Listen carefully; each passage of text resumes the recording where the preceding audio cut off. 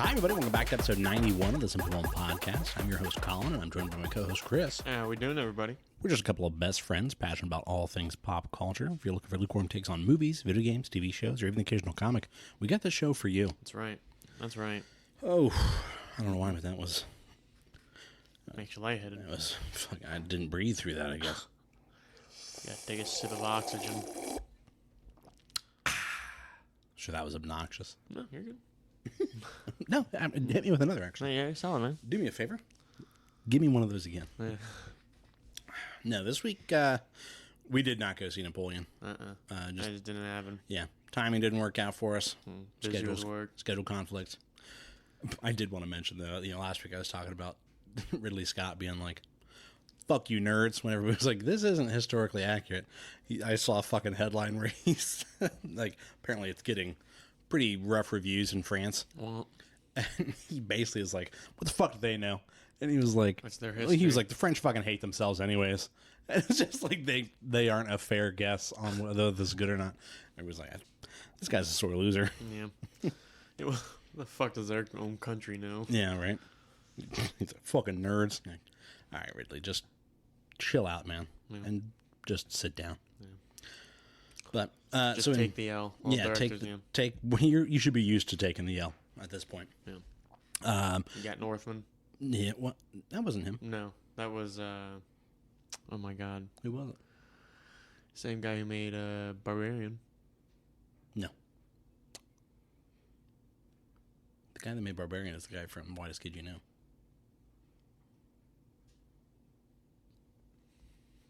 It's the same guy that did The Lighthouse and... Yeah, he did... And Northman. Goat. Yeah. That's what I'm saying. But that guy did not do Barbarian. Oh. Yeah. I got you. I thought you were saying none of them were tied. I was like, those are three different directors? No, I was saying, yeah. No. Yeah. Okay, I'm following. Yeah, you're with me. Northman, Lighthouse, and not Devil. The Witch. Yeah, The Witch. I was like, Goat, the Goat movie. The Goat. He's a goat! And he's doing Nosferatu. Anyways, so we pivoted. This week we are going to talk about worlds. Like, I don't know how you want to phrase that. Worlds collide. Boom. No, just worlds in general that we want to see more of. So whether it be from a comic, a game, a book, a movie. Did I miss anything? TV? Did I say TV? No, book, comic, TV, video game. Yeah. Just if there's a world where, like last week we talked about our affinity for, we really thought the concept of the Hunger Games was interesting. Mm-hmm. And that, I would go see another Hunger Games movie. Even if it had nothing to do with Katniss. With either, with Katniss or with Snow, it doesn't have to be a continuation of either of those stories. Like we talked about, whether it just be Haymitch's games where, he killed like fucking, well, I mean, obviously he didn't single-handedly kill 47 people. You say Haymitch's game, he's the one behind it. Yeah. He's running that shit. Yeah, it's all his game. No, but the year that he was in it. Because you figure, there was 2 boys and 2 girls from each district his year, so he had to fight potentially 47 other people. Which that would be super cool to see happen. And I believe, I don't know if it comes up in the movie, but in the book of Catching Fire, Katniss sees a clip of his games being replayed, and he wins by like, if I'm remembering correctly, if it was his game, he throws an axe off this cliff, and it like ricochets off the force field. That's because, in Catching Fire, that's when they're worried about the force fields and all that. And it bounces. He purposely throws it at the shield, and it bounces back and hits the fucking kid in the head. And she's like, Jesus. Damn.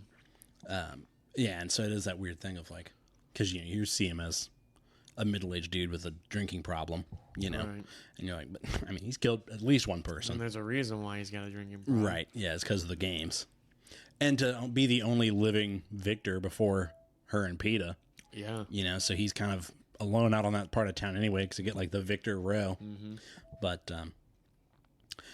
so in the news we're going to talk about a new writing staff for Avengers King Dynasty. Jeff Keighley did a Q&A about the Game Awards, and there was a couple tidbits in there that I thought was worth mentioning. The Tony Todd, the voice actor behind Venom, gave us some info that may hint towards future things. And then Dave Filoni got a pretty big promotion over at Lucasfilm. Getting a new Karate Kid movie. Yeah, I saw that. And then this one's more of like a editorial piece, but it's something that I thought was worth bringing up. Guillermo del Toro kind of jumped on the bandwagon with Christopher Nolan on the whole thing of physical media in a digital media age and how important it is to like still buy the physical version of things. Yeah. And I thought, I want to jump in on that. I want to talk about that. So if you're ready, we'll just... let's start from the top. Fucking from the top. Make it drop.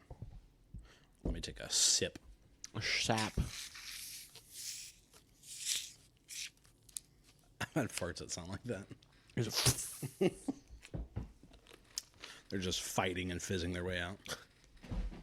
God, why is it fizzing? If your farts aren't... If your farts fizz out, let us know. Send us an email. Yeah, let us know. SimplyWillMailbag@gmail.com. We'd love to hear from you. So obviously Avengers King Dynasty is up in the air with, wondering what the hell they're going to do with Jonathan Majors, because we got the two separate courts, right? We got the courtroom where it's still pending on what's going on with his assault charges and things like that. But then there's a court of public opinion where he's pretty much been found guilty. Oh, has he really? In the court of public opinion is what I'm saying. Where everybody is like, yeah, he did it. Yeah. Whether he did or not, we don't know through the court of law, but everybody else is like, he's a wife beater or whatever, and Disney shouldn't have him on the job. And so Disney's in a really weird spot of like, you don't want to overreact. We just signed a contract with this dude for a long time. We literally cast him in a role that character's name is the name of a movie that we've got coming up as our next Avengers film. And so they're in a really weird position, which I think is why they're doing a wait and see. Because they're like, all right, we really got to bide our time on this and see how this pans out. But in the meantime, do you just sit around and not write that movie? No, you still got to make it. Yeah, so I would not be surprised if they write in a potential option for a recast, or because also you're dealing with multiverse. He could be a Kang variant that doesn't look exactly like Jonathan Majors. Sure. I've seen a lot of people saying John Boyega because they look similar enough. And like John Boyega typically has that shorter haircut like that. And so it's like, all right, well, and John Boyega is a decent actor, so it's like, all right, get him in there. Sure. But again, Disney has not talked about recasting at all. Why don't they just get like someone who looks super similar to him, like Vin Diesel? Yeah, the spitting image. I generally get those two confused. So, a lot of times. Yeah, like I remember. It's a real Gary Busey, Nick Nolte thing. Yeah, I was gonna say. I remember when we first saw Ant-Man: Quantumania. I was like, yo, I didn't know Vin Diesel was in this. Yeah. Just the Kang Coliseum. And I'm like, yo, look at all these Vin Diesels. Look at all this petrol just sitting around. There's just too much diesel. Think of the fumes. Anyway, the pacifier. So, like, is that Jonathan Majors? It's a crossover. Yeah, you're watching the pacifier. You know what my favorite role of Jonathan Majors is? The Last Witch Hunter. That real under the radar movie where he plays a witch hunter in like a Dungeons and Dragons inspired world. And Riddick. I don't remember that one. You don't know Riddick? It's a Vin Diesel movie. Oh. They both were. You know what Jonathan Majors movie I really like? Fast and Furious. Triple X. From now on, we just gotta only refer to Jonathan Majors movies as Vin Diesel movies and vice versa. Jonathan Majors playing Groot. Most woke shit I've ever seen. I can't believe. Little known fact, Jonathan Majors. Little known fact, Jonathan Majors voiced the Iron Giant. I love that. Now it's just anything that Vin Diesel's done, whether it be voice work or not. They're basically the same person. I've never seen both of them in the same room. That's all I gotta say. That's all I'm saying. It's stupid.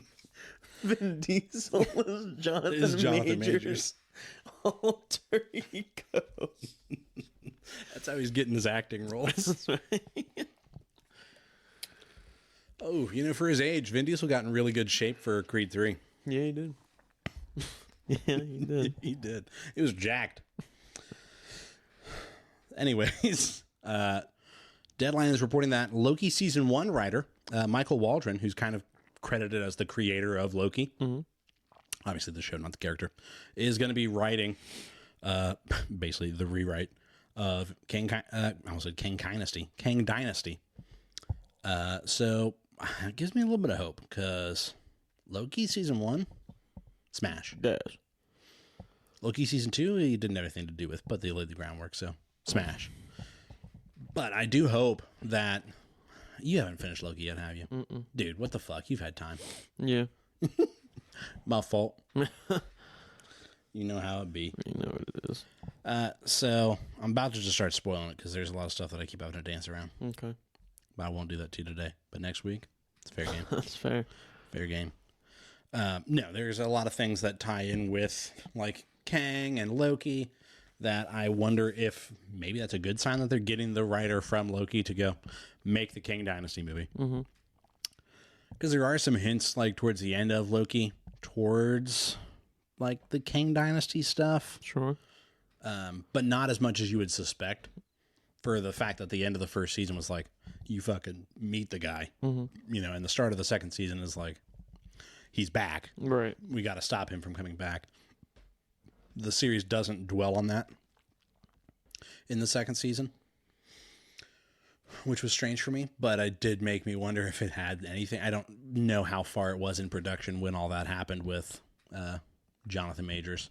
I feel like it was probably pretty well done. I figured it'd probably be So it might be a happy coincidence that like Jonathan Majors is in it, but not as often as you would think he might be. Sure.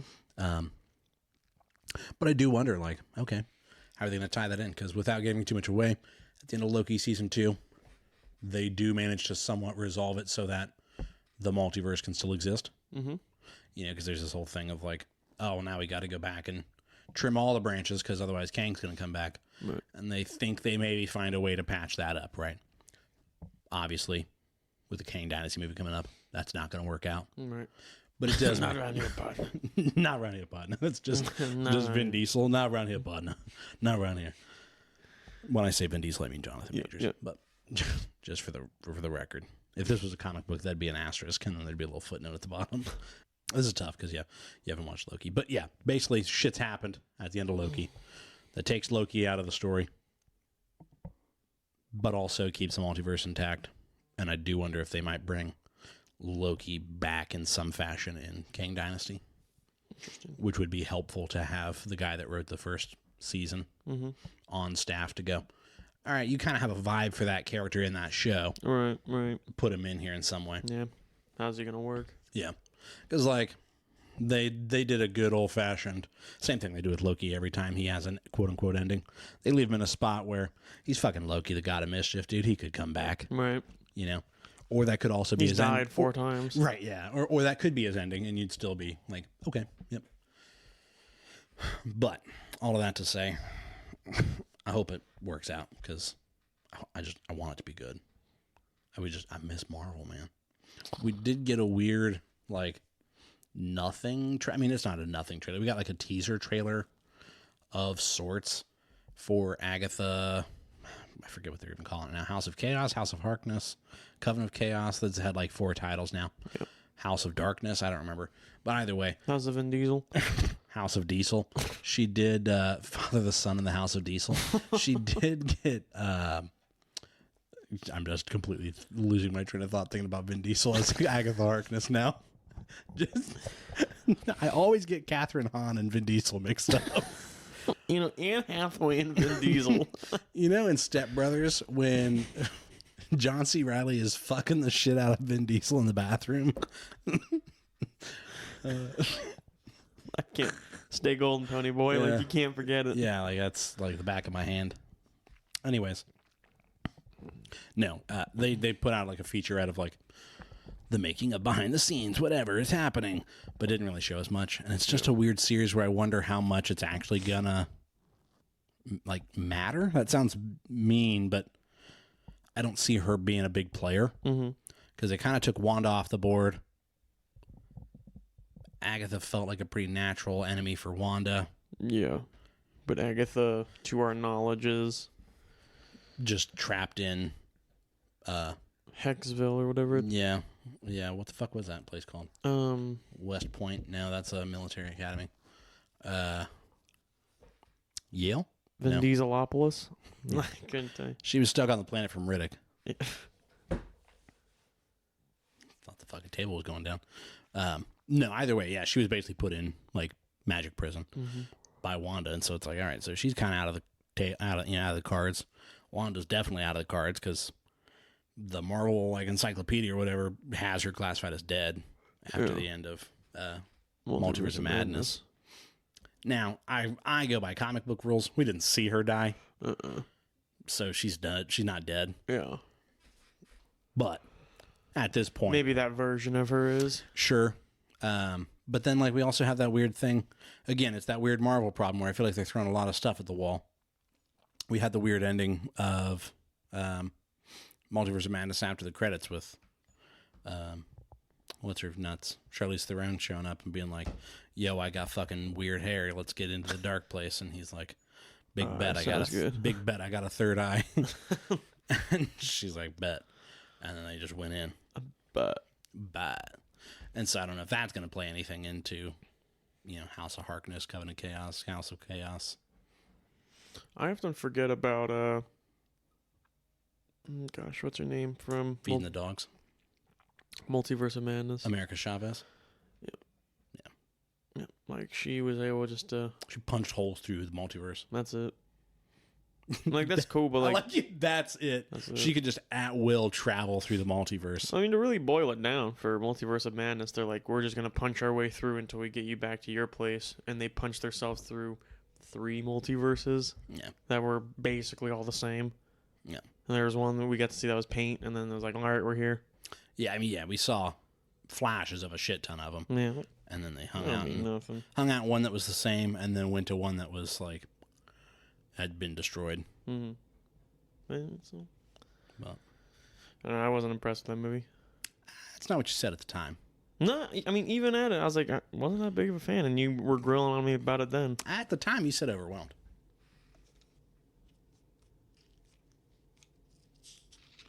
Yeah, but I remember even saying it on the podcast, we talked, I was like, I wasn't that... Yeah. It wasn't what we thought it was going to be.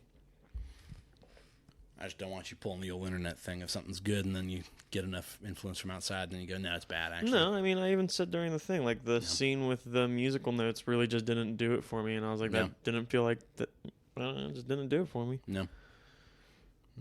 When I even said then the same thing with the multiverse jumping. I was like, they went to 3 and then that's it. Right. Yeah, because it's that weird thing of like... But also, if they hadn't spent time in any of them, and we're like, we're going to show you 20 universes in this 2-hour movie, you'd be like, I just couldn't get a grasp on what they were doing. You know what I mean? The complaint would be the opposite then. I'm not saying it has to be like 20 minutes on each one, but if like you spend like 5 minutes of them just walking around, but I don't think this is it. Yeah. Go to the next one. Yeah, give us a weird, like a montage. Yeah. Yeah. So anyways. Just shit your pants. So, speaking of things you haven't finished, Tony Todd, who voiced Venom, he said that only 10% of his Venom dialogue that he recorded was used in Marvel Spider-Man 2, which has a lot of people wondering if they're doing like a Venom DLC. Because you figure for the first Spider-Man game, they did DLC with Black Cat. Yeah. You didn't play as Black Cat, but you played with alongside her. And maybe with her. And yeah, like up against Tombstone. And I would like to see Venom again, because you do... I did spoil that for you, didn't I? That you do play him for a minute. Yeah. And so that was pretty dope, and that made a lot of people also think, okay, maybe they are going to do something with Venom. Because they gave him, like, a fight style and a control, where here's how you play as Venom, and then you only play as him for that one bit. Mm-hmm. And so it did feel like, well, why did they spend the time working on all these controls just for one fight? Yeah. I bet they are doing a DLC or just a whole ass game. That'd be dope as fuck. Just give me a Venom game. Make it fucking M-rated. Let's see him eat people. Yeah. Let's see him fuck people. I don't think he does. Venom or Vin Diesel?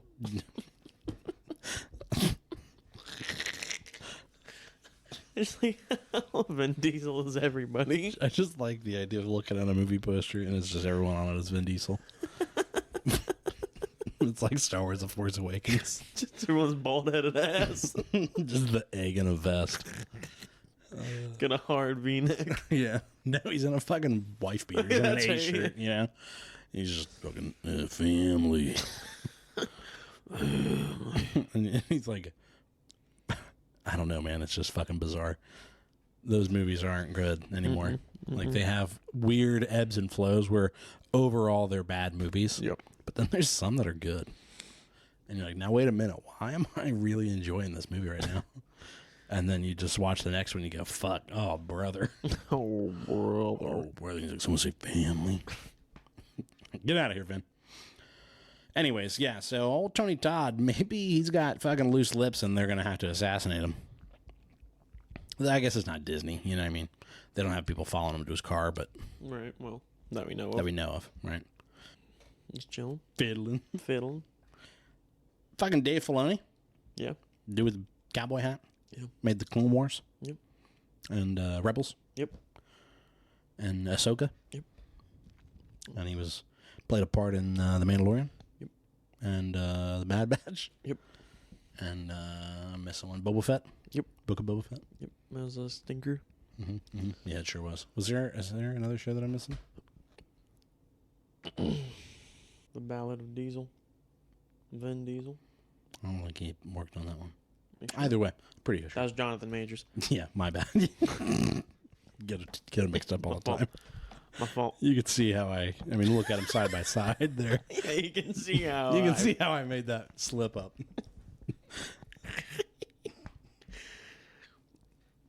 I mean, you hold them side by side, I'd think they're twins. Yeah.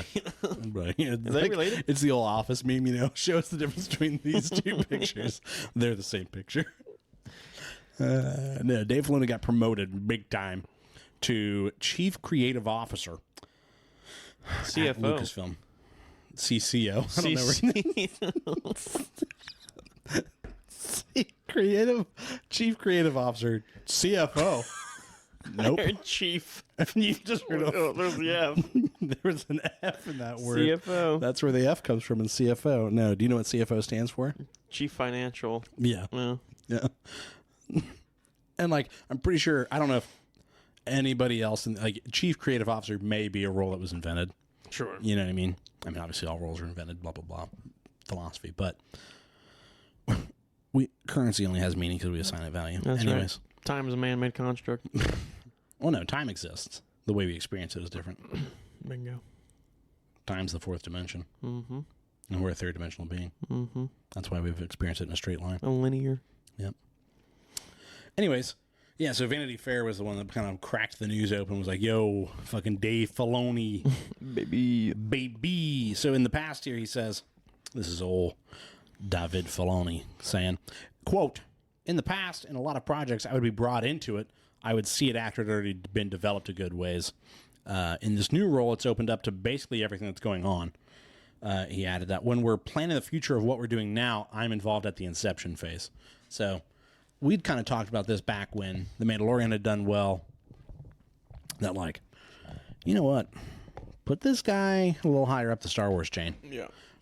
Because also if you like listen to him talk, he gives me the vibes that like, you know how that like allegedly Henry Cavill annoyed the hell out of the people on the Witcher set because he was such a fan. Yeah. That feels like Dave Filoni to me. Good. That like yeah, exactly. That everybody's like, okay, Dave, you know, like, I know we're making a Star Wars show here, but do you talk about anything other than Star Wars? And he's like, why would I do that? And you're like, oh my god. Why would I do that? But like he's got this weird. It's almost like a royal line of succession, where like he was handpicked by George Lucas to make the Clone Wars, and so it's like, I mean, he's the guy. Like George trusted this man. He's Mr. Wolf from Pulp Fiction. Yeah, like he's been touched by God. Yeah, I'm the guy who you call him to fix problems. Yeah, and you know, to listen to him talk, he like has a very deep like, this man loves Star Wars, and like unabashedly he enjoys the prequels, you know, Yeah. and so it's like, Well, I enjoy the prequels. I like the first one and the third one. Yeah, he likes all of them. And like the first one overall is not that great. It's pretty boring. It's got some good stuff in it. I like the pod racing. Sure. That's one part. Let's pod racing. So he likes all of them, even the prequels. Even Camino? What'd you call me? Yeah, no, he likes all of it. I mean, granted, I'm sure there's stuff in there that he would have done differently. You know? But yeah, it's like, no, wait a minute. I don't know if I like this guy anymore. Now, I do think this means we'll probably see a lot more Ahsoka, which is cool and not, where it's like... I want something fresh. She is the character that he created. You know what I mean? Yeah, so yeah, I bet he's probably going to want to give her as much screen time as he can, but also make something new. Let's see some Old Republic shit. Also, we got 7 animated seasons of her, and then more in Rebels, and then a show on Disney+. And she's probably going to show up in the movie. Oh, hard. That's, I don't think it's been confirmed to be Heir to the Empire, but it's going to be Heir to the Empire. I'm curious, what do you think Star Wars is going to do next after, like, moving forward? I don't know, because I know that, like... are they going to make something after the sequels? Like, is it... Potentially... Well, so you figure we got that movie with Daisy Ridley that does take place after The Rise of Skywalker, that they announced when they announced all the, like, the beginning of the Force and all that, different shows and movies and stuff.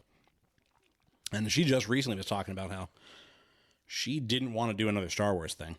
Like, she was kind of not necessarily... Let's go ahead and just bury this thing here. Yeah, right.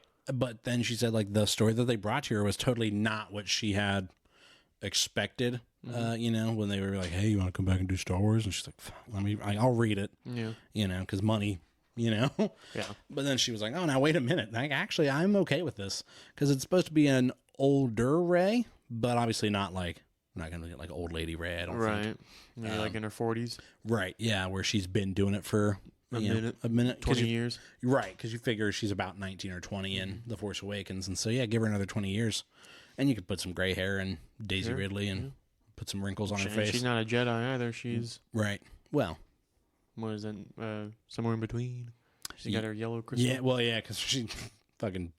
Thought she killed fucking Chewie. Yeah. Dude, that was one of my biggest gripes with that movie was how quick they were like, oh no, here's a consequence, but don't worry, we fixed it. Yeah. Where you're like, my God, she just fucking blew Chewie up, and then they're like, no, he was in another ship. And then they're like, C-3PO is going to have to wipe his memory, but don't worry, he has it actually. Yeah, that and I was like, holy fuck. C-3PO, I was pretty bummed when I was like C-3PO. I was like, because he's so fucking annoying, but I was like, but damn, he knows everything that had happened. I mean, all the way up to... Yeah, he and R2. Yeah. From the original prequels. Yeah. You know, so like, damn, all that is just gone. Yeah. But then it's like, then you thought. We thought, what is it? It's going to be like French Montana. That was C-3PO. Yeah, that was 3PO. So, yeah, again, it's not the most surprising thing in the world. It feels like a pretty natural progression for him to become much more important to the creative process of Star Wars. I'm tired of all these female leads. We gotta get some more masculinity in the theaters. You know what? Yeah, you know what we haven't had enough of in the world? Male leads. Male leads. Yeah. We need them. Yeah. I miss them. When do we want them? The worst. Yeah, what do we want? Men in power. When do we want it? Now. Right now. It's a shame that we also have to go. That is jokes. Yeah, that is a joke. But and then you have to double back and go, I don't mean it's a shame because it's a shame that we have to tell you that. I mean it's a shame that people like that exist, so you could easily mistake us for thinking we're that. We're gonna hurt somebody. Yeah, sorry. Yeah, like physically. Like, I was gonna say, like when we're done recording, we're gonna go commit violence. Random acts of violence, like punching people on the train. What is it from the Joker? He just shoots those three dudes in cold blood and then just dances in the bathroom. That's gonna be us. I'm just gonna be in my fucking tidy whities going like a fucking crab. Fucking putting clown makeup on. dancing down some stairs. People are looking at me like, what the fuck? What is this guy talking about? And I'm just like, now everything's funny. You know? What's the matter, Murray? It's like, you kill those 3 guys and you think that's funny? I do, and I'm tired of pretending that it's not. Tired of people pretending that it's not. Is that a fucking ad? Yeah, it is. What the fuck? You chump. Just the fucking, I'm just smearing makeup on, dyeing my hair. In the bathroom. In the bathroom. Killing people with cold blood, and we're just sucking my, you know how goddamn skinny Joaquin is? I'm the opposite of that. I am the antithesis to skinny Joaquin Phoenix as Joker. Oh. You know how the Joker was inspired by the King of Comedy? Like the movie The Joker was inspired by the movie The King of Comedy. I'm the Burger King of comedy. Just the Whopper. Yeah. No, that's my dick. Oh, the Burger King is here to serve up the Whopper, you know. What were we talking about? I don't fucking remember. Oh, yeah. Not liking how many women there are in power. Oh, yeah. Back on that. Oh, brother. Yeah, don't get me started. No. No, for legal reasons, that's all a joke. And not even for legal reasons. We don't believe that. I would like to see a main bit character of, has been not good. Yeah. Like Star Wars. Like, I'd like to Yeah. see something like that. You You know what? Our topic of today kind of fits with recent Star Wars, Yeah. where the world is vastly more interesting than... Yeah, what well, we've I mean, been do we just getting. want to hop into that? Because that was one of the things I wanted to talk about. Was Well, I mean, we still got news. okay, let's finish So that. We'll let's put a finish pin in the that. news, yeah. We'll put a pin in this. Yeah, write that down. Oh, shit, you ain't got the notebook. I got no fucking Fuck, write it on your phone or something, man. Because we forget stuff. You good? Oh, just Brad, I thought you stubbed your toe somehow. I'm like, how the fuck did you manage that? You're sitting down. Stubbed my toe. So, fucking new Karate Kid movie on the way with Jackie Chan and Ralph Macchio both. Yep. Who would have thunk that those 2 movies took place in the same world? Not I. I thought it was just straight up a reboot, you know, with old. Now, I do wonder if we're going to fucking see old, what the fuck's his goddamn name? His dad's Will Smith. Jaden Smith. No, we're not. You don't think so? No. I saw something where they came out and they said that they're looking for a Karate Yeah, Kid. they're and looking. You can. I should send in a tape. It's like the katana guy, like in the backyard, slicing bottles of water. He's got a big gallon. I just got a board that I have clearly cut almost entirely the way through, and I just fucking punch it and it hurts my hand. Ah! I'm like, pick me to be your Karate Kid, and I'm wearing like a fucking white bathrobe, and I put just a leather belt on, so it looks like I've got a black belt. You can still see the buckle on it. It's clearly a hotel robe. It's got the logo on, you know? It's like Hilton, you know? Just his Best Western. You know? Motel 6. It's fucking tattered and dirty. Just got stains that you don't know where they came from. Is that shit or coffee? And you're like, yes. But anyways, yes, I'm going to be your next Karate Kid. That sounds pretty good to me. Wearing a fucking fedora. How are you going to change this into the Dragon Warrior? How? Tell me! So, I don't know. So yeah, like you said, they're just on the fucking, they're doing like a talent search for fucking the next Karate Kid, which I think is pretty dope. I just hope that like... A part of me is nervous about that. Yeah, because you're like casting a pretty wide net. Well, it's kind of like, if the guy wasn't even like this could be played by who or whatever, that just makes me think like, how much character development is for that character, whoever's playing the new Karate Kid. How do you mean? Do you know how acting works? No, yeah, I know, but like... That's how the casting call is. Right. Where they're like, we're going to write this role and then find somebody that can play that role. Right.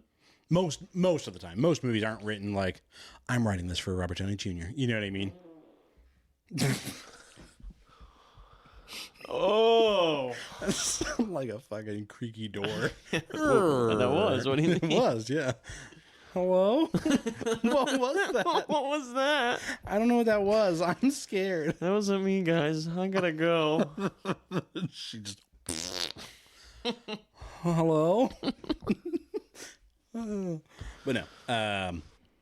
Yeah, fucking send in your tapes, kids.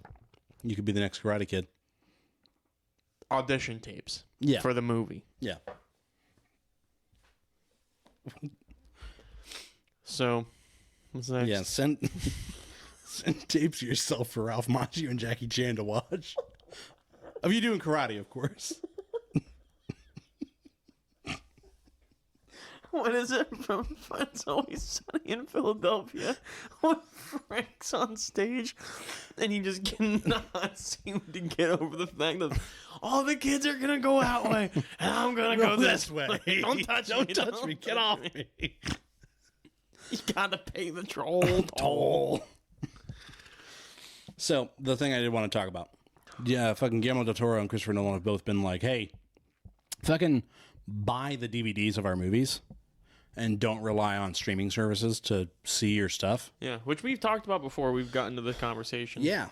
We're like, because like Christopher Nolan straight up was like, don't watch Oppenheimer on streaming.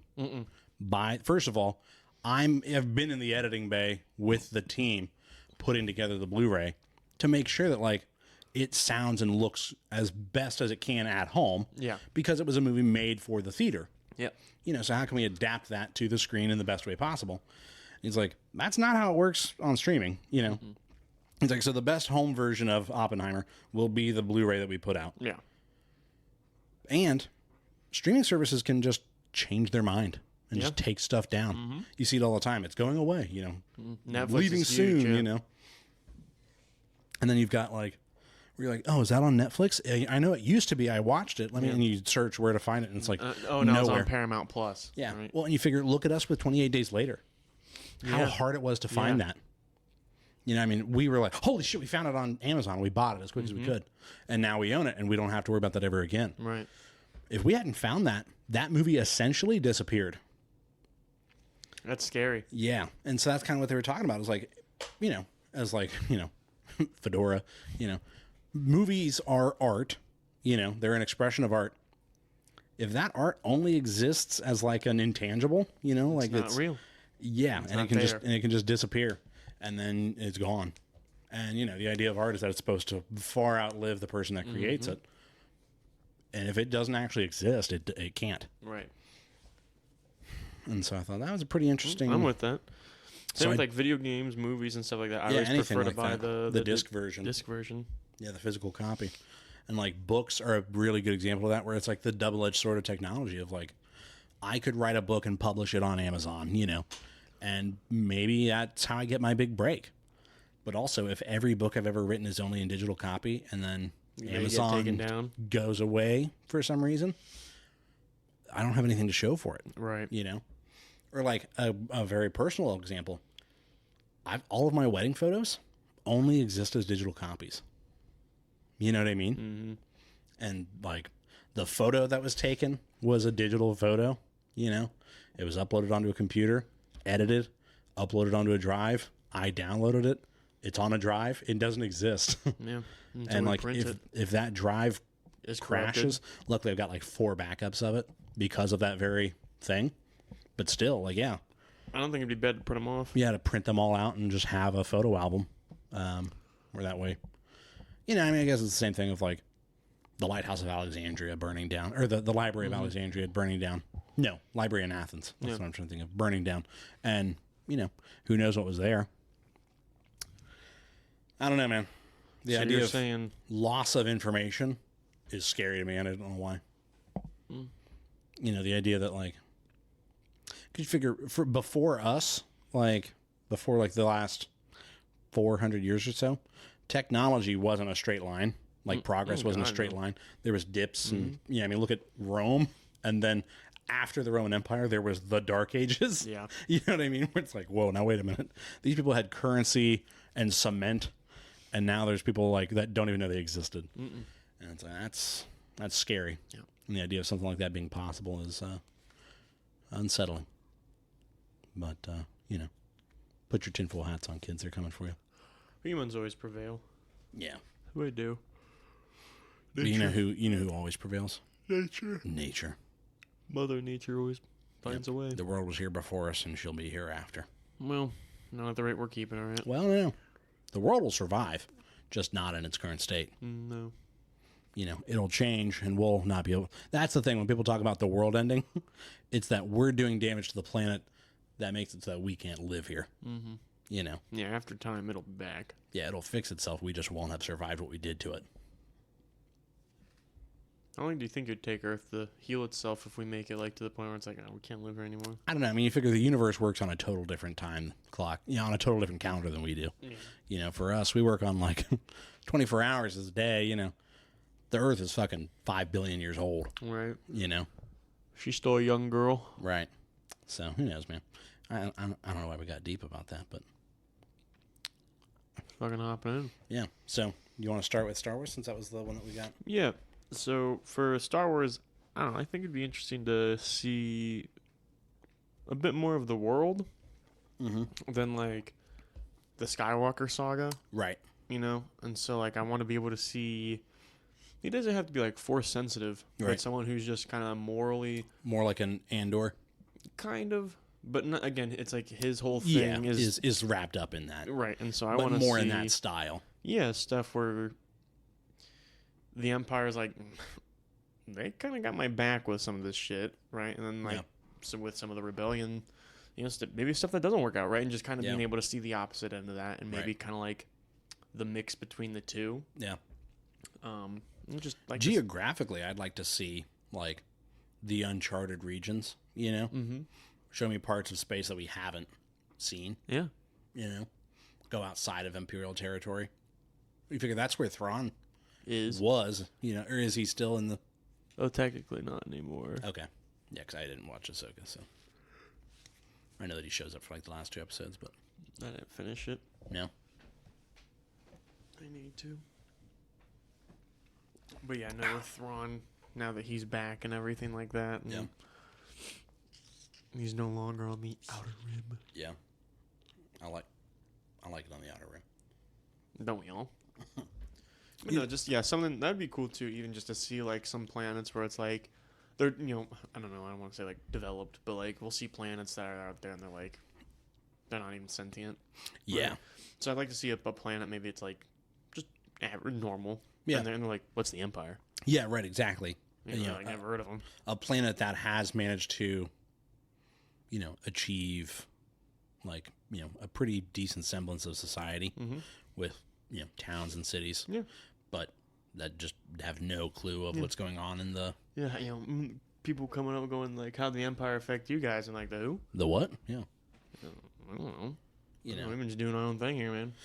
Or the thought of, like, what if they've had their own, you know, I would liken it to, I'm going to take it back to history, but it's the same concept of like the thing you know and then not knowing the things you don't know. So like I compare it to like Europeans brushing up against the Mongols, you know, with Genghis Khan. Yeah. Where like, what if the imperial world is Europe and there's something in the outer rim that they don't even know about? Yeah. That can just show up and smash through parts of it like an Imperial force. And then like, who the fuck were these guys? Right. Yeah. And then they just disappear back into the uncharted areas. And maybe you never see them again. Mm-hmm. And that's kind of a scary thought, right? Of like, same with Europeans where there's just this like, this legend of these people that came down out of the mountains and fucked them and then left. Yep. It's like, are they going to come back? You know? That something like that would be interesting of like seeing more developed areas outside like you talked about and that maybe they've got their own politics and stuff going on that. Or were there any worlds that the Empire came down to like, we're here to fuck shit up and they were like, no, you're not. Yeah, and they got pushed back. Man, they're like, all right, I better get out of here. And they like Finland against Russia and Germany. They figured like, yeah, we'll just leave them alone. Yeah. Like Finland held back Russia. They just didn't get invaded during World War II.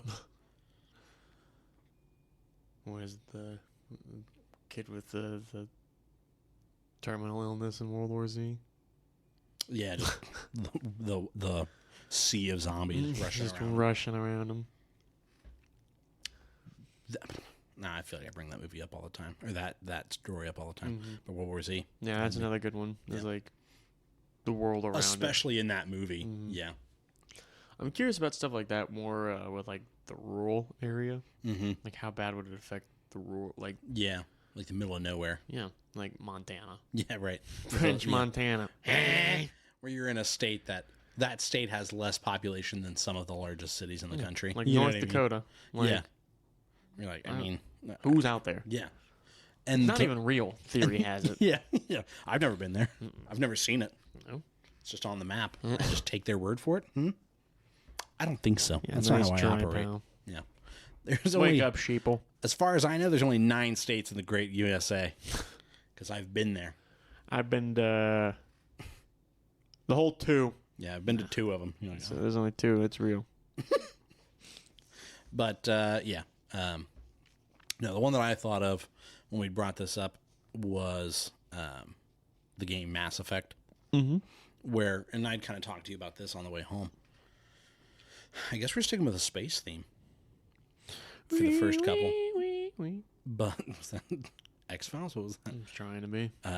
No, the way Mass Effect ends is like this life-threatening war for like all life in the Milky Way is won by the life that exists. They defeat the Reapers. You want to wipe out all intelligent life. What happens after that? You know what I mean? And like, I could be off base because like I played a little bit of Mass Effect Andromeda, which was like a spin-off game that they made. It was not very good. And it does, to my knowledge, if I'm remembering correctly, take place after the Mass Effect games. And it's like there was a long distance journey to the Andromeda galaxy. And then it was supposed to be like Mass Effect, but in a whole new galaxy. Right. And like I said, it just didn't go well for them. It wasn't a good game, and so then they kind of just dropped that. That was the last Mass Effect game they've made.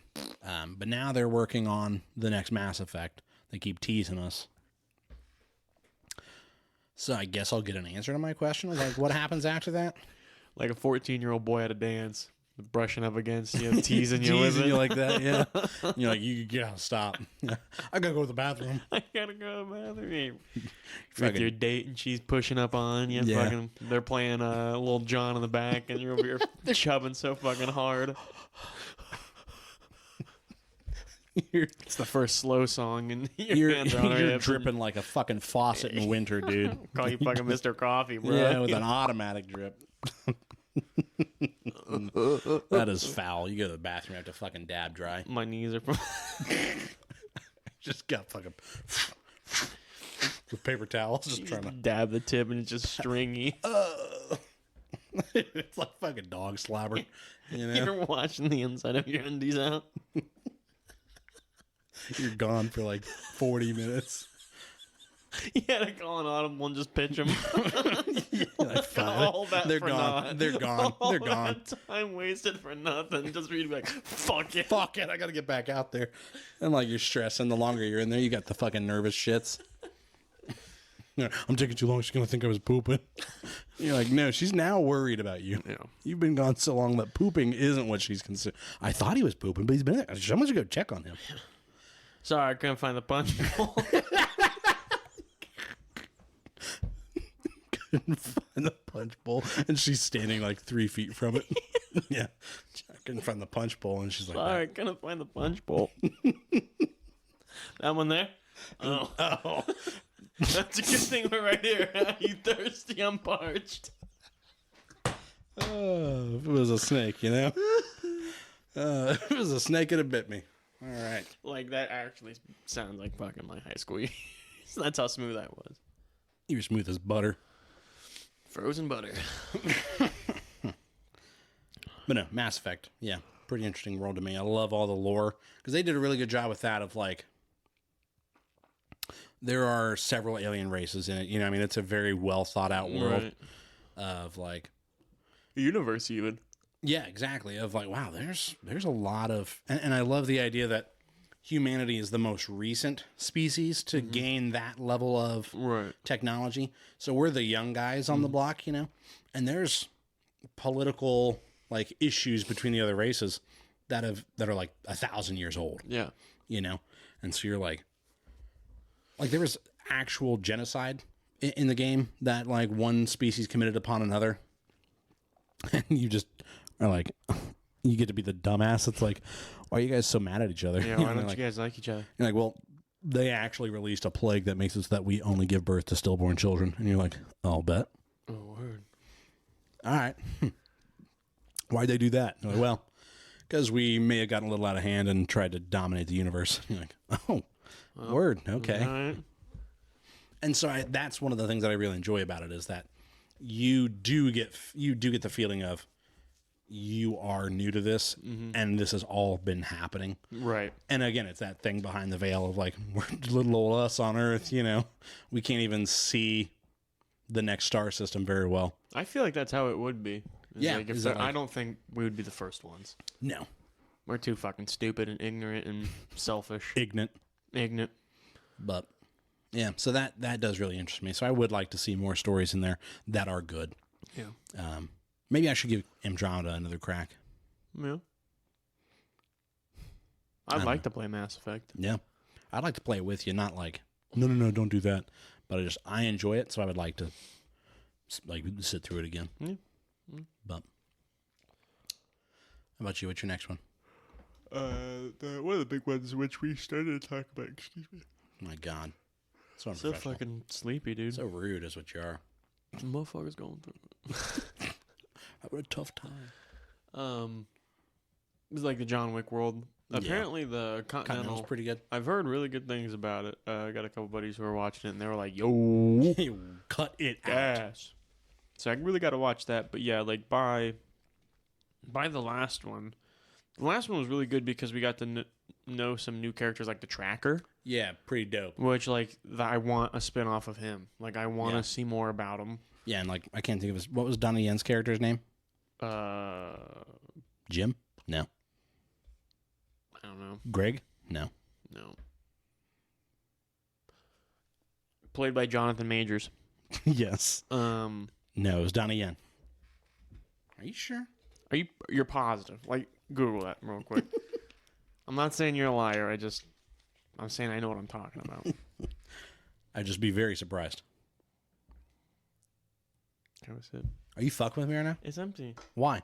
Because I was thirsty? No, not of that. Of that. Is that just The your water? water? Yeah, just get the water, yeah. That's what I'm saying. That's what I was pointing at. I couldn't see it.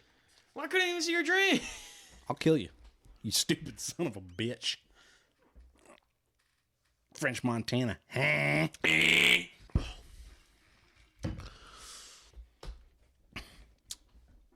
the Continental. My God, no. Take that again. Continental. Just fucking vomit the word continental out. Continental. You fucking pig. So we. Yeah, I still get bitches. Have you seen the? What, you having a hard time getting the hose? Yeah. It's like, no. Nah. No, but It's continental. yeah, the Continental.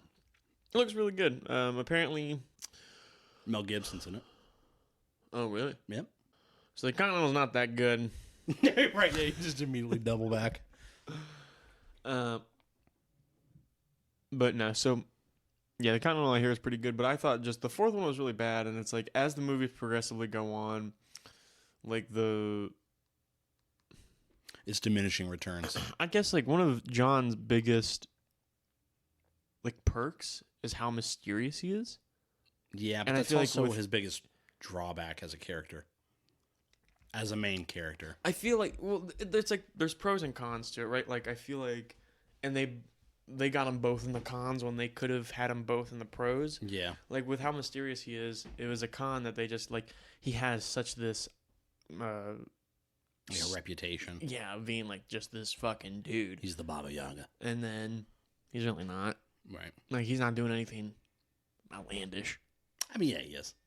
Like nothing. Like I don't know. He's taking down entire crime. I want to see him fucking hiding in the rafters. Right. I want to see someone just walking. I want to see him look like a jaguar. And he's from the top, just rolling in. He just drops down. Yeah. Just fucking strangling somebody. But like so. I want to see him do the old mystique dick twist. The old grit dick twist. Grab his dick and twist it. No, the old mystique. Just grab somebody with his blue succulent thighs and crack their neck. Mm-hmm. That's how I'm trying to go out, you Yeah. know? Jennifer Lawrence, where you at? Yeah. J-Law, all at me. Holla at your boy. That's your boy. It's your boy. I'll do anything for you. Skinny penis. No, but so, yeah, all serious. Bill Skarsgård's character sitting at the high table. Yeah.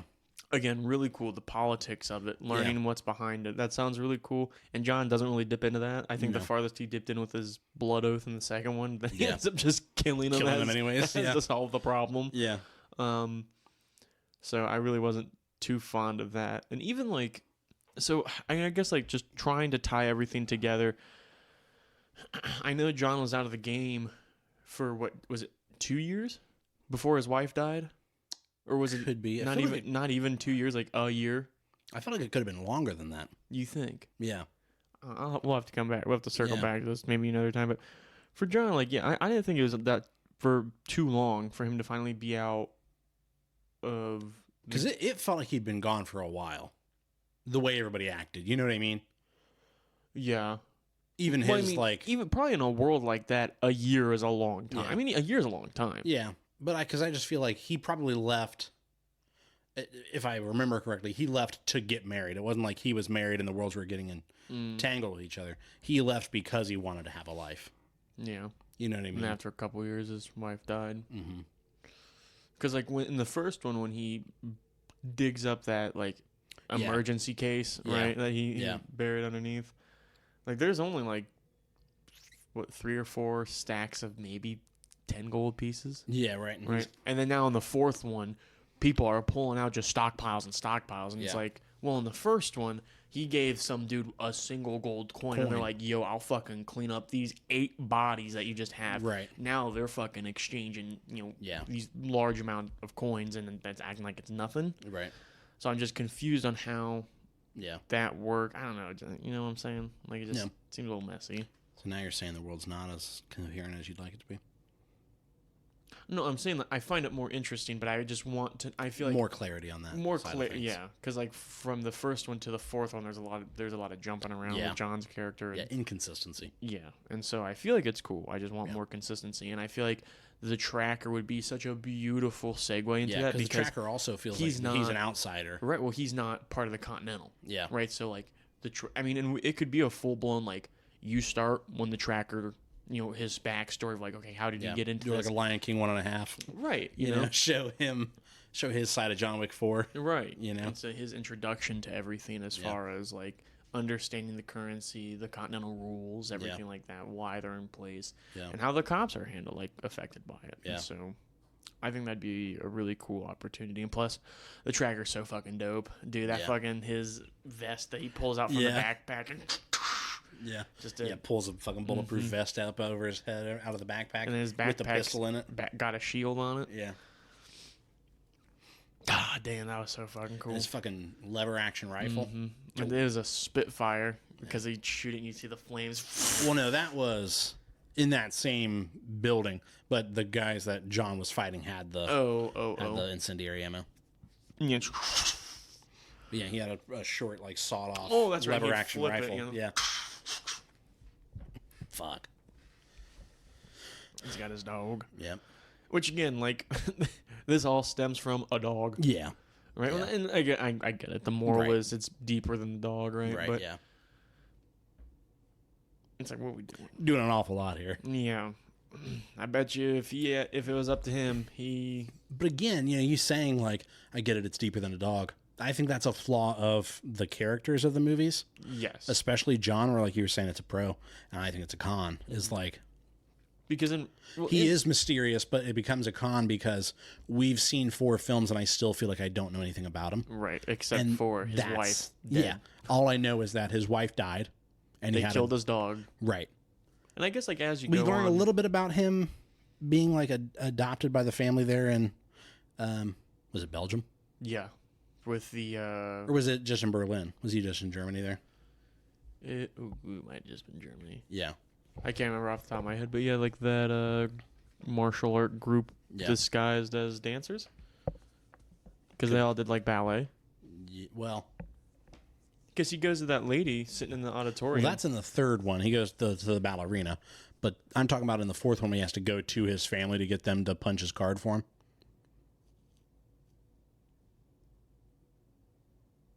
John? Yes.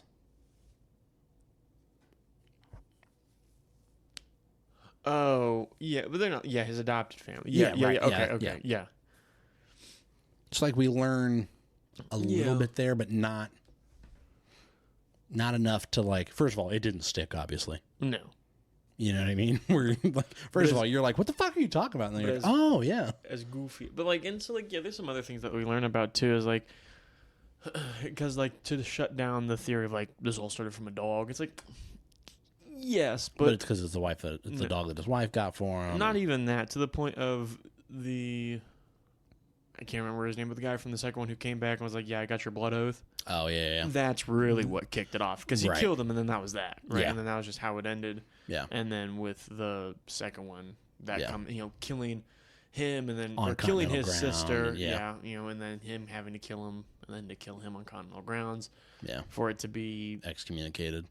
But then that be determined not until midnight of the following that night because he deemed it to be, and then the high table gets involved, and then they somehow hold the fortress down, and then Winston betrays him, and then and then since they betrayed him, he's come back on revenge to kill everyone, and then we see Bill Skarsgård. We face the problem that I know we've talked about earlier, is it feels like this happened, and then this happens, instead of this happened because this happened because so then this happens. Right. Yeah. And so, I don't know. I feel like the world would be a whole lot more interesting than John is. Yeah. Which one you got? Take a weird turn here. The Road. Oh, yeah. Because it is a pretty, depressing world where like, it's not some action-y apocalypse. It's just like probably nuclear war. Fucking 2-year-old, drink my Wawa.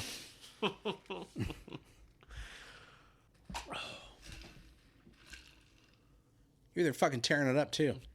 I'm really not. Yeah, you're. Seeing your fucking cheeks pucker in where you're. So The Road. Yeah, The Road is a very depressing, like, it was probably nuclear war. Mm-hmm. And it's just, there's no life other than, like, the few people that are left.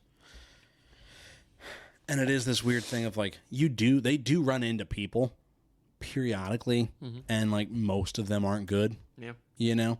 Because that's the whole moral challenge of the book is, like, how do you maintain being good in a world like this? And so, the dad's trying to tell his son, like, we're different because we're the good guys and we're going to carry the light, is how he tells him. And I want to see somebody else's story in, like, a totally different part of the world, because it's in, like, the southeastern side of the United States, where, like, they're just trying to get to the southern coast. Like what, Florida? I think they make it down to, like, the Georgia area. Okay. But, I mean, even still, I mean, it's all just, it's cold. It's nuclear winter. All right. And, like, it's not Fallout, you know what I mean? Mm-mm. It is a very, like, this is what, it's the, with a whimper, not with a bang, where you're like, the last vestiges of humanity are all just cannibalizing each other, literally and figuratively, And I would like to see more in that world, because, like, you get hints at groups existing, right? Where, like, and that's literally what I was thinking. I was like, I would like to see it on both ends, of more of how empty, like, for someone who is just like, there's nothing, all right, man, like, right? What? How are we gonna fucking? And, like, I guess that one does focus a bit more on the road of, like, that, like, is this all for naught? Like, are we walking for nothing? It is very bleak in that way. And like, you do ask, like, what, because, like, they kind of set this goal in their head of, like, we're going to get to the southern coast because it'll probably be warmer there. Is just the thought, right? Makes sense, right? As someone on their feet of, we have nothing, it's cold, let's try to go south. Yeah, and so they do, and then it's still cold. Because the world is dead. And then it's like, and dad's dying, where he's coughing blood up the whole time and presumably has cancer from the radiation of the bombs. And, you know, it's like, this is just bleak as fuck. Yeah. And, like, dad dies, you know? And then the boy gets picked up by, like, a family that's been tailing them, you know? And so you're like, okay, there's hope there, right? Which is a very strange thing in this book of, like, hope, you know? Poisons the soul. Yeah, well, because, you know, like I told you, at one point, the man, that's the thing, they're just called the man and the boy. The man tells his son, like, I got to go up over this hill and check this out. If someone comes and hands him a pistol with, like, 3 bullets in it and tells him, like, how do you do it? How do you do it? And the boy demonstrates how to shoot himself in the head. And Dad's like, good. Yeah, good job. You're like, oh, my God. And this boy's like 10, you know, if that. And you're like, this is tough. But on the flip side of that, I'm curious to see the aspect of someone being like, okay, here is a large sign of hope. Yeah. And then, like, maybe some of the struggles of that, of like, man, are we even able? Yeah. Like, and we have the tools here in front of us, but, like, the way that humanity is just currently sitting, is that something that's just gone for us? Like, there's no, like, we just can't rebuild after everything we've lost. It's just not going to be the same. And because it is, again, to make it bleak, it is that world where, like, is there even a point in trying? Or, yeah, it's like, you know, even if we do, it's not like we're growing crops. Like, we're all fighting to struggle. Like, it is just a point of, we got to fucking worry about mouths to feed for a very limited supply of food and water. Right. Yeah. We're feeding mouths with nothing. Yeah. So how can we keep order? Yeah. Yeah. And so, like, you do meet somebody in the book that is what made me think of, like, okay, there are other people out there with potentially more organized groups of some form, where they meet a guy who's had all the hands or all the fingers on one hand cut off and cauterized down to the palm. And he was like, the dad's, you know, as the narrator, knows that guy was a slave for some group, and that's what they do to keep them from fighting back. Oh, wow.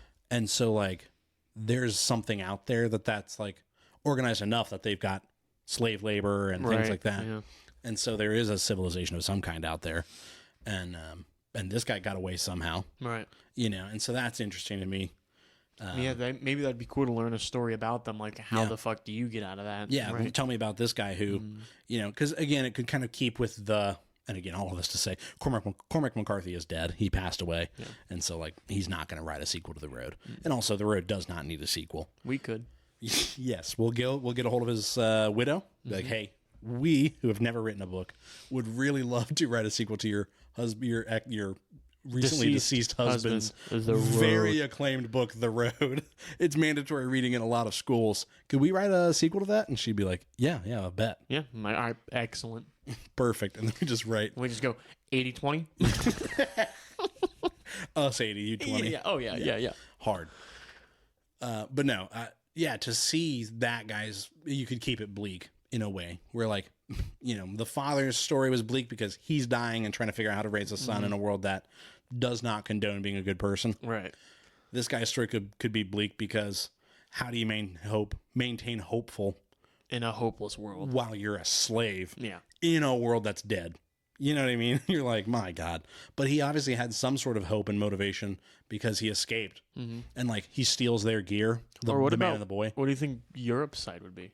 Right. Well, and that's another thing. Show me another geographic location, too. Would be interesting. Who's the world who started it? Or who's the country who started it? How are they being affected by it? Now, I don't know if I want that. No. I don't think, because part of it is, I guess you don't need to know. You don't really, It's not important. And also, it's something for the characters to, like, I don't really know, like, what happened. Because if nuclear war breaks out, it's usually, you know, on paper, it's like a couple-minute decision window where they wouldn't have time to go, the Russians launched nukes, we're going to respond in kind. They would just respond in kind, and then the world's blown up, and you don't really know what's going on, what happened or why, you know. And in the movie that they did of it with Viggo Mortensen, it seems like the bombs start dropping in the middle of the night, too. And so it's like a 3 a.m. thing for some people where, like, I don't know. We just woke up to the world ending. But Yeah, so I think the road would be a really interesting world to explore in a deeply depressing way, where it's like, how can I see something else that's bleak in this world?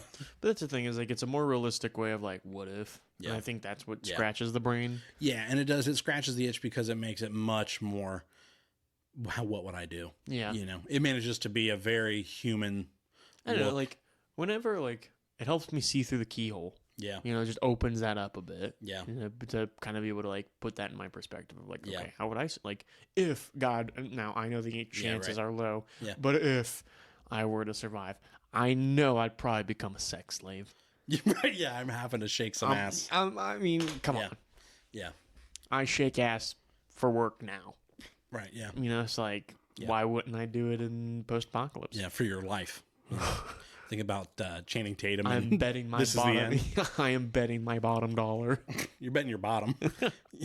He's like, you see that shit? I slide in that whenever I want. Talking about Channing Tatum and just assless chaps. Yeah. I see that sliding that whenever I want. He's just in a fucking gimp suit on a leash. But one that's a lot like the road that I think would be cool, and I think we've talked about it before too, is the Mist. Yeah. Mm-hmm. Of like all the monsters that we start to see and stuff like that, like just how, like, I would love to see basically fucking Bill from The Last of Us, but with the Mist, where someone's just like, we're gonna fucking take these out, because I mean it goes to show you can kill them, sure, right? You just got to have the tools for it, right? You know, and so like I want to see somebody who maybe even on like the military side, like right where they have the tools, but it's just like, just because you have the tools doesn't mean it's easy. Yeah, or that it's like the fix-all. All right, and so because also there are some giant monsters. Yeah, what's that one with the looks like an elephant of sort, or they massive. claimed it to be the one with the tentacles coming down underneath the garage. Was that one that was standing so high up? Yeah, and just towering over you, and you just see the tentacles basically like on the bottom chest of it. Yeah. But so and so you're like, how does the military kill that thing? Like, is that an airstrike? You got to throw a nuke at that thing. Like, how? What do you do? do? Yeah. So that concept would be super cool, just because. Do you have more, or would this be your last one? I think it's probably my last one. All right, good, because you made me think of my last one. Okay, but yeah, with that one, it's a cool concept because we got to see how people would react. Yeah, but I guess that's the thing, is like throughout all of a movie about form a cult in a grocery store. Yeah, a movie about monsters. It's not really about the monsters. No, it generally is how we react to that. Yeah, and so that's always cool. Don't get me wrong, but I want to see the monsters. Yeah, right. Because it is that. What's the quote of, like, be careful, when fighting monsters, lest you become one. Yeah, you know, die. What is it? Live long enough to die a hero. Live long enough to see yourself become the villain. That's the thing, though. Is like, if you just start off as the villain, you're fucking scot free. You're solid. A hero would sacrifice one person. I'm not crazy. I'm just ahead of the curve. A hero would sacrifice one person for the world, while a villain would sacrifice the world for one person. That one person's you, baby. Not sacrifice the world for you. I'm a Joker.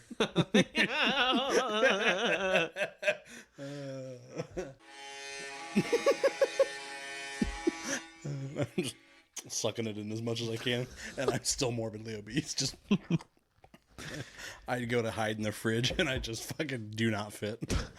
So I think it'd be interesting to see just some more of the different monsters. See, obviously that guy would probably die. Whoever decided to, I want to fight him. But also, like, I would be interested to know how the military fought the fog. Like, I don't think it's a bad. Is that something that just it went away? Right. Yeah. And they're like, all right, well, let's go through and clean. It seems like it's going away. Let's move through behind it and clean up. Yeah.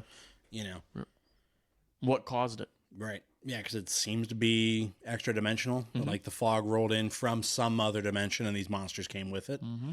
But then it just disappeared again. Was there a wormhole? Right. Yeah.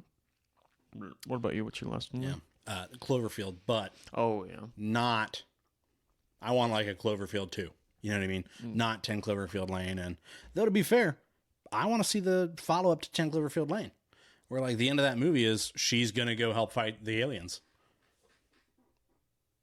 Help fight them? Yeah. Yeah, because she's got the crossroads, and she can either go home, or when she looks to the left, she sees like the city, and you can see alien spaceships above the city, and she like fucking pops to the left and goes towards the city, and so I'm like, oh, are they going to do a sequel to this? Yeah, how did they end up killing the aliens?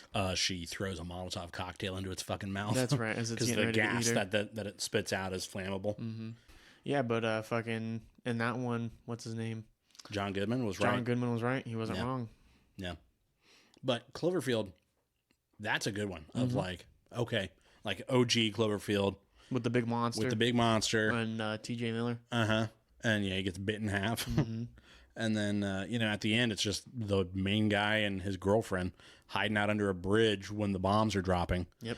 And like, in the post credits, again, this is a movie that like requires a tinfoil hat because there was so much ARG stuff outside of it, where most of the world of that movie is told through the internet and not the stuff that they show you in the movie. But like at the end of the movie, the credits, you hear him say like, it's still alive. Still alive. And so you're like, oh my God, did that monster survive a nuclear strike? You know? Oh, well, it wasn't a nuclear strike. So I think it was firebombing. Firebombing. Yeah, they basically napalmed New York City, and then it's potentially still alive. Still alive. Which makes the connection in the 2020 version. Oh yeah, fucking Cloverfield Paradox, which was bad. That was a bad movie. Which really sucks because that's how I remember seeing Cloverfield way when I was little. Yeah, and I think it I came out was in 2008. Yeah, I think I was a little too young to understand it. Like I remember going, "This is a scary fucking movie." Like, right. Because I remember, especially down on the fucking subway with the parasites. I would say that's the part I saw as a kid that remember like really sticking out to me. I was like, "This just is like we got eyes. Yeah, and I just remember like we got to turn. Like I can't watch this. Yeah, this is tough. Yeah, I think we watched. And then the fucking girl explodes from the bite. I don't remember that part, thankfully, as a kid. Yeah, but because I was like, we got to turn this off. I can't watch it, and I think we ended up watching like the Incredible Hulk. Yeah, right. And I was like, whoo, cinema, safe. But yeah, going back into it now, I started with the Cloverfield Paradox, tough, which really sucked because throughout the film, truly, I wasn't like, this is bad. Yeah, like I understood the concept, and I was like, okay, this is pretty cool. Yeah, but then the ending, I was just like, oh, okay, that was tough. Real rough. But we see that same monster supposedly that was in the first Cloverfield. Well, so one of the theories, because J.J. Abrams talked about he kind of did a J.K. Rowling thing where he kept adding to the story after the fact in interviews, But to him, he said he thought of the monster. To him, the monster in the movie, the original movie, was a baby looking for its mother, and so it's panicking and basically having a tantrum and freaking out. So the theory is that the monster in Cloverfield Paradox is the mother because it's so tall that it's like in the breaking the clouds. Yeah. And so the theory is like that's mom because in the Cloverfield Paradox, when the thing goes off, everybody in the universe gets all moved around where like they get sent to the wrong universe and all that. And maybe mom and the baby got separated. Baby got sent to our world, which is why it just kind of shows up freaking out. Potentially the aliens were sent to Earth in 10 Cloverfield Lane, because the idea was that they're going to make it a shared universe type of thing. And so then Cloverfield Paradox is actually the movie that makes all of these things happen. Right. Cloverfield Paradox is the first one. Yeah, chronologically it's the inciting action starts. Yeah. And there were a lot of movies because originally Cloverfield was going to be an anthology. I say originally, when they were like, there's actual potential here. They were like, what if we just buy a bunch of scripts that aren't getting made and slap the Cloverfield name on it and tweak the scripts around a little bit to make it like an anthology series of like, which is how 10 Cloverfield Lane comes about. It's where you're like, okay, this is different, but it's got that weird vibe to it of like monsters and sci-fi and things like that. Did you ever watch Overlord? Mm-mm. That's a pretty good one with not Kurt Russell, but his son, Wyatt Russell, where like the Nazis are raising the dead and like making super soldier zombies. And it was just called Overlord, which is like the D-Day invasion. And one of the theories was that at one point it was going to be called Operation Cloverfield instead of Operation Overlord. And that they would tie that in. And there was a bunch of movies that were like, maybe this could be a Cloverfield movie. Allegedly, at one point, A Quiet Place was talked about as becoming a Cloverfield movie. But I think it's good that it's not. I haven't seen the second one. Heard it wasn't as good. You didn't see that? You saw the second one in theaters. Quiet Place 2? Yeah. Never seen the second one. Morgan and I enjoyed it. Really? Yeah, got Mr. Cillian Murphy in there. Oh, I don't know Cillian Murphy. Yeah. No, I really wanted to see it. Then I heard it wasn't good, so I was like, I won't waste my time. No, I like the thought of it, so I don't want to watch it and ruin it. It's good. I'll give it a poke. Yeah, peep that. But yeah, so I do think that Cloverfield, I want to see what happened. Like, is that monster still kicking? Yeah, what's going on? And like, kill it? Like, yeah, right, if they couldn't kill it, like, oh man, what's that? Or like, even still, if they did kill it, what does the world look like after that? Right, yeah. How does the world just go?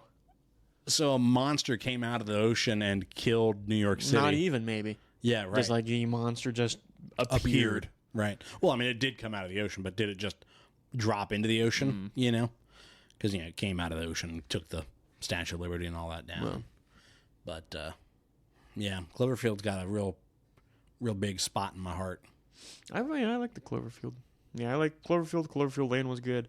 Cloverfield Paradox wasn't good. It wasn't that very good. No. I like the characters and like the concept was cool. Yeah, there's something there. I truly think soon as the climax hit and as the falling action, it just tanked hard. Yeah. Hard. Like the whole, what was it, the Russian guy with the gyroscope? That whole thing I loved. And like his eye was like tweaking and stuff like that. And like just like the kind of fucking around with him. Yeah. I thought it was so cool. Yeah. And then the Irish guy with his hand. Yeah.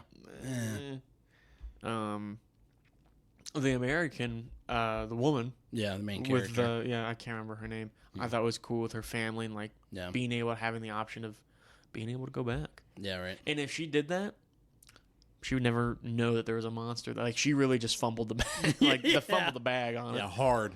But if that was me and I had that option, I'd be in there in a heartbeat. Yeah. Like, yeah, I could live with that, no problem. Yeah. Not the same then. Sure looks like it. Yeah. And like the part that I had, the really big problem I have with that movie is you can feel what was added to make it Cloverfield. Yeah. Where they were like, all right, we really gotta. People were kind of mad that 10 Cloverfield Lane wasn't a sequel.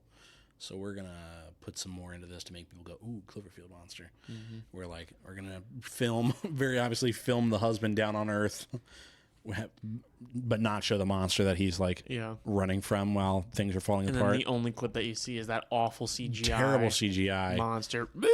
Of I would argue, too big monster.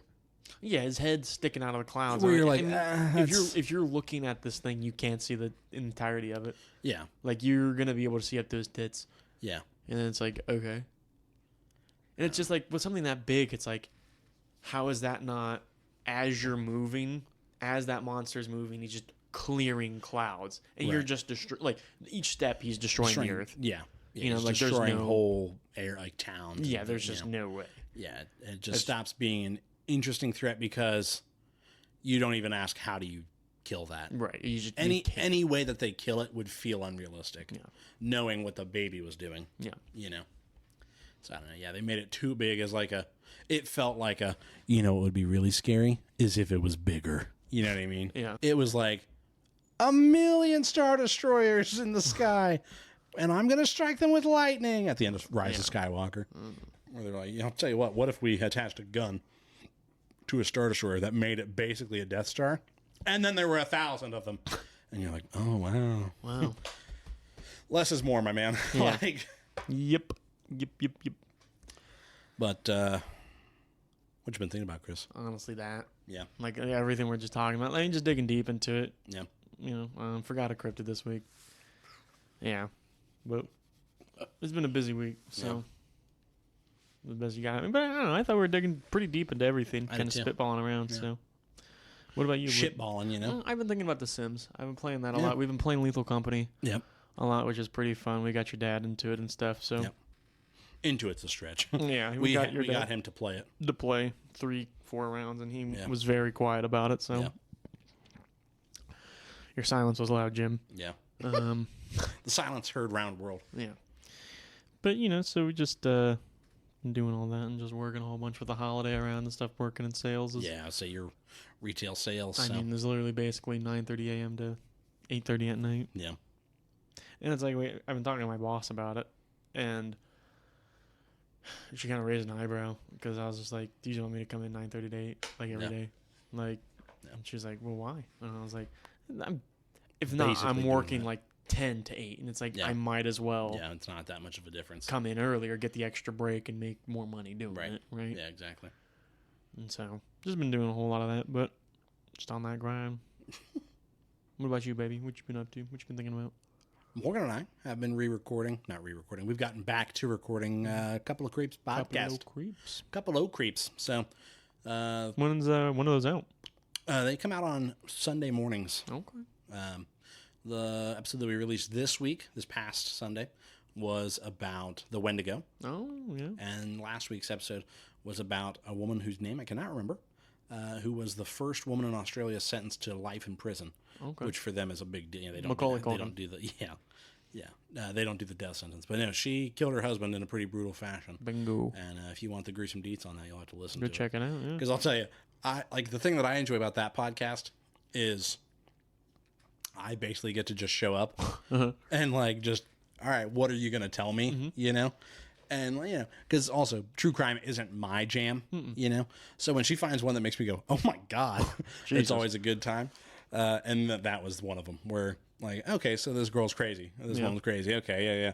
Oh my God, she is that. I'm glad they gave her life in prison. Like, if she was in the States, they'd have executed her. Yeah, she was a real monster. But you should listen to that one because it's pretty fucked up. Yeah. But yeah. And then the Wendigo, it was this past week. We've done a few. We took kind of a little summer hiatus. And so we're back into it, and she enjoys doing it, and I enjoy doing it with her. So that's what I like to hear. Yeah, take a peek at that one. Yeah, check it out.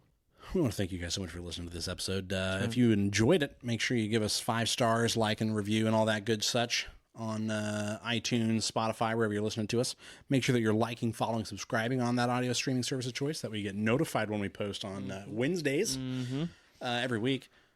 What is a world that you really enjoyed when you were reading about it, you know, watching it, playing it, and you're like, fuck, if they gave me more of this world, you know, or a world that you find yourself thinking about a lot, and you're like, what if there was another story just there? Something else going on, like you know, and I think that's a testament is when there's a world that you know that there's other things happening in it, and you want to see what those things are. Yeah, I always feel like those are the gold mines, just the hidden gold mines. Yeah, when the world is strong enough to sustain a story that doesn't involve the main character. Yep.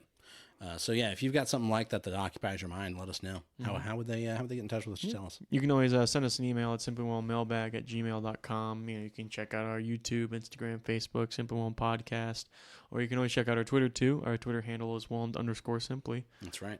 Yeah. And next week, I don't know. We haven't planned out that far actually. I would like to see Napoleon. I do still want to see Napoleon. Hopefully next week we can just get something to work out maybe a little better. Yeah, but I do also feel like there's something coming up. You'll have to check. Yeah, we'll have to look into it and see.